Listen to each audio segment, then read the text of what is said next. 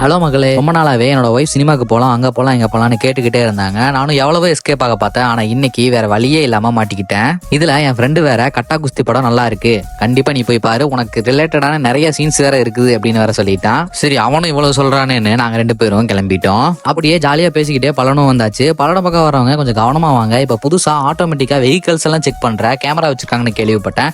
அதனால ரூல்ஸாக ஃபாலோ பண்ணிக்கோங்க. போற போக்கில் அப்படியே உன்னை போட்டுட்டு இன்னைக்கு நாம வந்திருக்கிறது பல்லடத்தில் இருக்கிற அருணோதயா சினிமாக்ஸுக்கு தான். பைக்குக்கு டோக்கனை வாங்கிட்டு உள்ள போக ஆரம்பிச்சிட்டோம். உள்ள போனதும் 2 செக்கிங், ஒரு பக்கம் லேடிஸ், இன்னொரு பக்கம் ஜென்ஸ். நான் கவனிக்காம நேரா லேடிஸ் பக்கம் போயிட்டேன். உடனே அழகா இருந்துட்டு சார் அந்த சைடு அப்படின்னு சொல்லி செப்பல் சாட் அடிச்சு அனுப்பிட்டாங்க. எதாவது ஒரு ஹாப்பியான மூமெண்ட்டா எடுத்துக்கிட்டு